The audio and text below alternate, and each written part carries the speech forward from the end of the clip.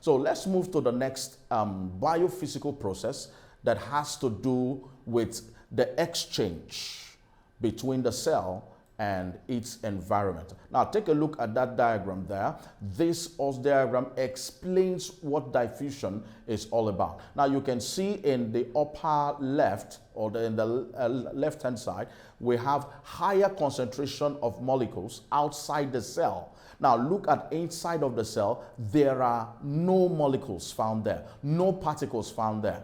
So what happens during diffusion is that these, based on the concentration gradient or the difference in concentration, molecules or particles from the region of higher concentration starts entering into the region of lower concentration, as you can see it in the middle diagram there.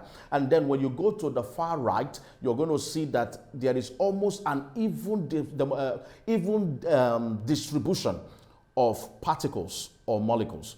You can see that the number of particles or molecules outside the cell here is 5, and the number of particles inside the cell here is also 5. So we have come to an equilibrium state. That means diffusion is completed. Okay, so please take note of this. Diffusion has to do with movement of particles or molecules from a region of higher concentration to a region of lower concentration. And please take note of this thing, until it is evenly distributed. Until it is evenly distributed. That is a simple way of describing diffusion. Now let's move ahead to active transport. Now, one beautiful thing about active transport is that it is like the opposite of what we have in diffusion. Remember, we said that diffusion has to work, or most times work, based on concentration gradient.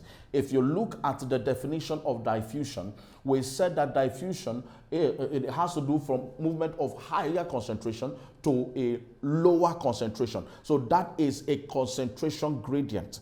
Okay, moving from higher to lower. But in terms of active transport has to do with the movement of molecules or ions from a region of lower concentration to a region of higher concentration against concentration gradient. So by definition, we can say that active transport is the movement of molecules or ions from a region of lower concentration to a region of higher concentration against the concentration gradient. Against the concentration gradient. Now, the energy needed to power this kind of process is gotten from a chemical energy which is referred to as ATP.